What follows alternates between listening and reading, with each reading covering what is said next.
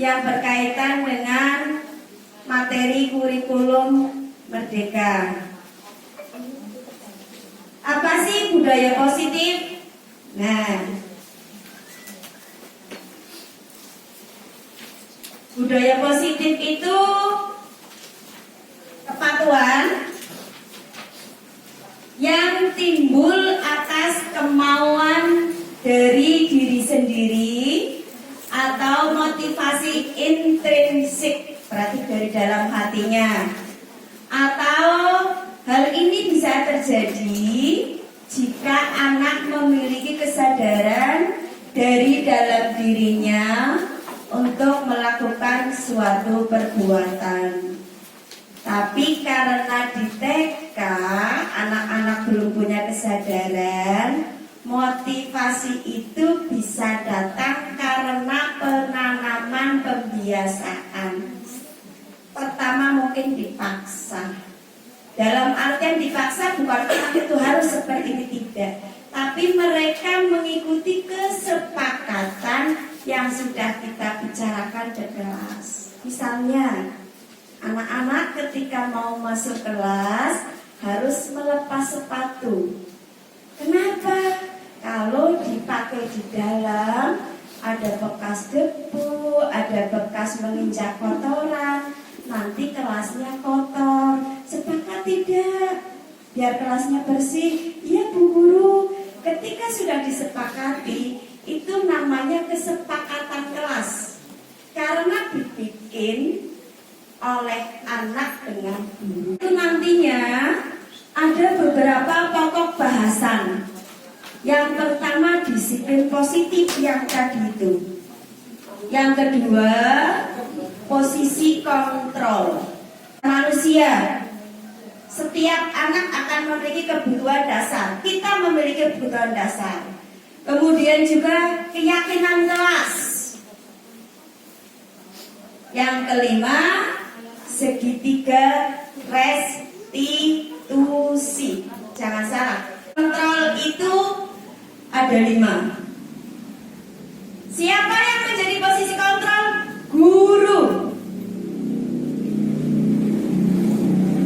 Dia akan menjadi pengontrol di kelas pada pembelajarannya dengan menggunakan 5 posisi.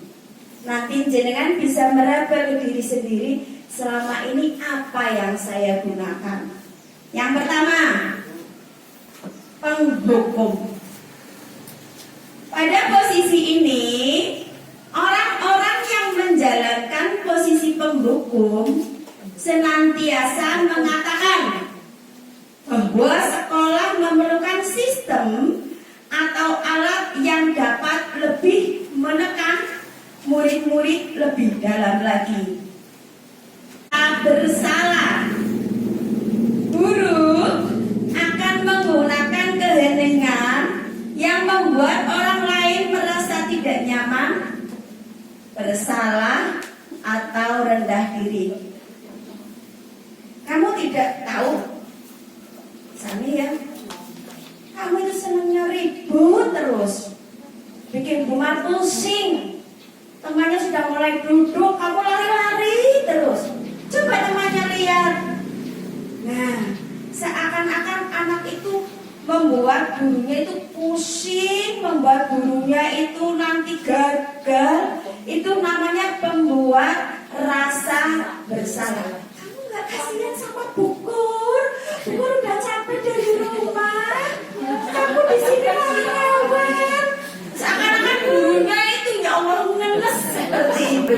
Itu namanya pembuat rasa bersalah. Ketiga, tenang. Guru pada posisi ini tidak akan menyakiti murid, namun akan tetap berupaya mengontrol murid melalui persuasi atau pendekatan. Sayang sini, padahal kamu kulonek no kepor. Tapi bagaimana mengontrol diri biar suara saya tidak keras? Sini coba duduk. Kenapa tadi Panu menendang Fauzan? Fauzan kan akan duluan. Nanti kan anak keluar. Iya, tapi kan nanti sakit. Ya sudah salah aman. Nah, sekedar itu. Tapi guru tidak bersikap keras.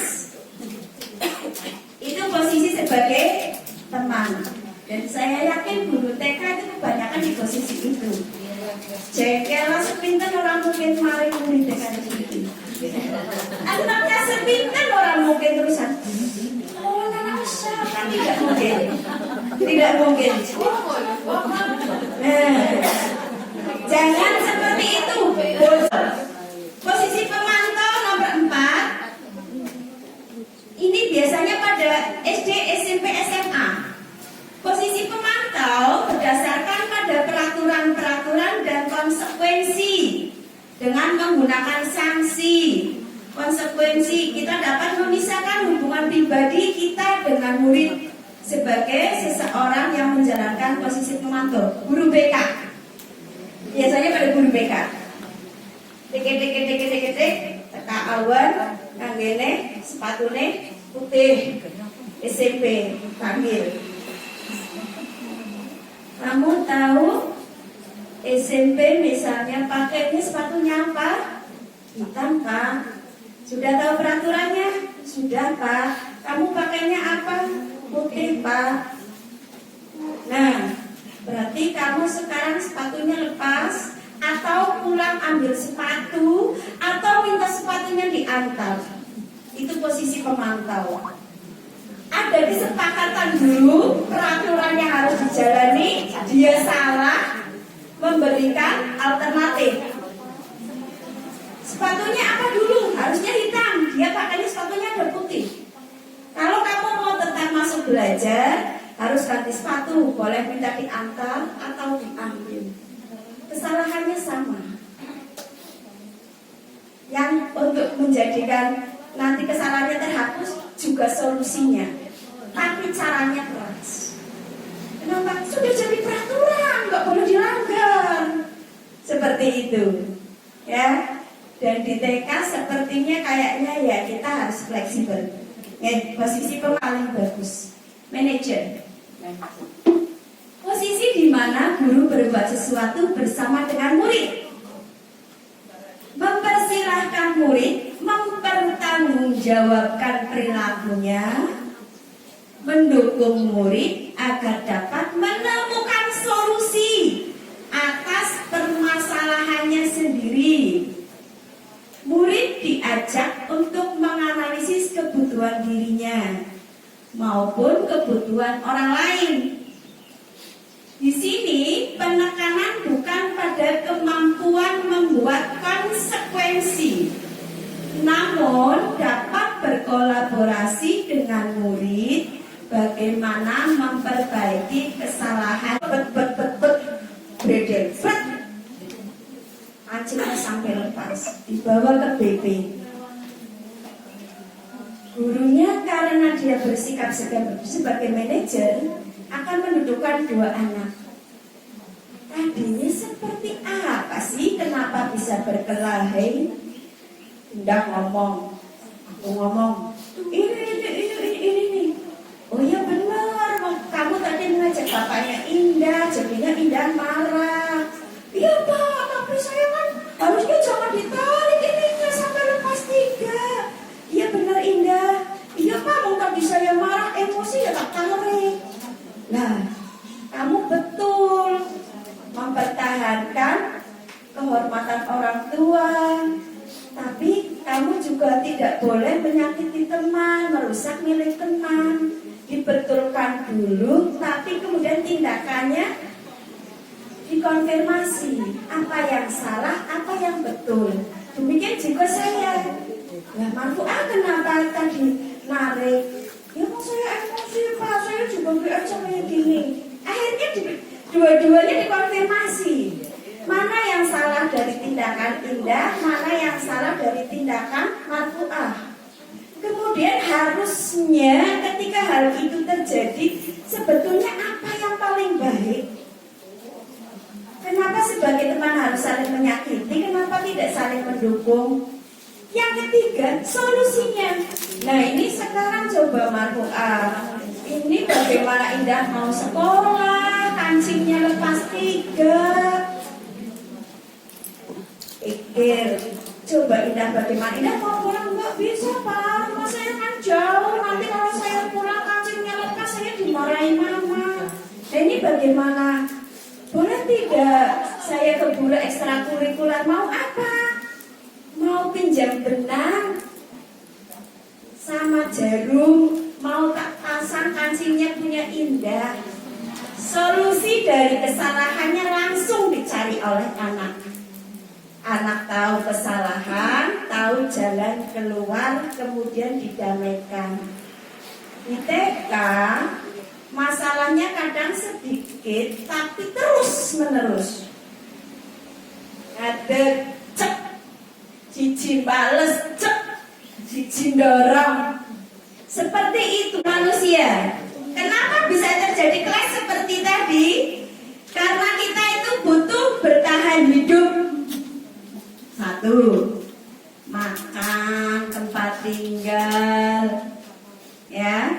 Yang kedua, pada anak itu kasih sayang dan rasa diterima. Di rumahnya mungkin bapaknya keras, kadang ibunya keras.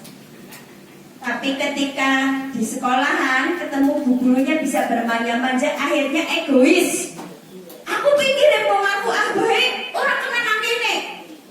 Kadang minta dipangku. Ketika diselidiki kenapa? Oh, orang tuanya boro-boro gitu ya. Bahasan apa paham ditekan. Orang kena kayak gini. Aja kayak gini. Makannya kudu gini. Padahal anak kepengen seperti teman. Jajan seperti teman, tapi enggak, bekalnya dibawa itu terus. Padahal dia kepengen loh seperti teman-temannya, makan jajan yang agak berbeda seperti itu. Itu merupakan salah satu kebutuhan. Kemudian kesenangan. Di rumah mungkin jadi anak mami dikurung, tidak boleh main sepeda, tidak boleh main dengan teman. Itu juga nantinya akan berdampak ketika di sekolah. Yang kelima, penguasaan. Ini yang agak ekstrim. Ketika anak di rumah dikucilkan, dipersalahkan, ketika di sekolah dia pengen jadi jago. Nyoma berarti diakui, kepengen di sekolah itu teman-temannya itu di bawahnya dia. Orang mau ngaku nama mah kalah nak, kepengennya nangkene ngalah nak. Atau di rumah itu dimanja. Keyakinan kelas berdasarkan profil pelajar Pancasila. Dapal nggih? Bukan 5, Bu. Profil pelajar Pancasila bukan 5 ya, 6. 1. Beriman, bertakwa kepada Tuhan Yang Maha Esa dan berakhlak mulia. Tuhan Yang Maha Esa dan berakhlak mulia. Akhlak itu ada bermacam-macam. Akhlak kepada diri berarti yang berhubungan dengan sopan santun, itu menghargai diri sendiri, termasuk perkataan. Kedua, berakhlak kepada orang lain, berbuat baik, itu masuk dalam akhlak. Ketiga, akhlak terhadap lingkungan. Bagaimana dia menghargai lingkungannya, disapu bersih, membuang sampah pada tempatnya, dijaga, itu akhlak terhadap lingkungan. 4, akhlak terhadap alam. Akhlak terhadap alam itu misalnya dengan tidak mengotori sungai, dengan ikut melestarikan hutan, dengan ikut menjaga kebersihan di sekitar lingkungan rumah. Jadi akhlak itu tidak cuma satu ya, diri, orang lain, lingkungan sekitar, lingkungan tempat tinggal atau alam. Kemudian juga akhlak terhadap negara. Yang kedua, mandiri.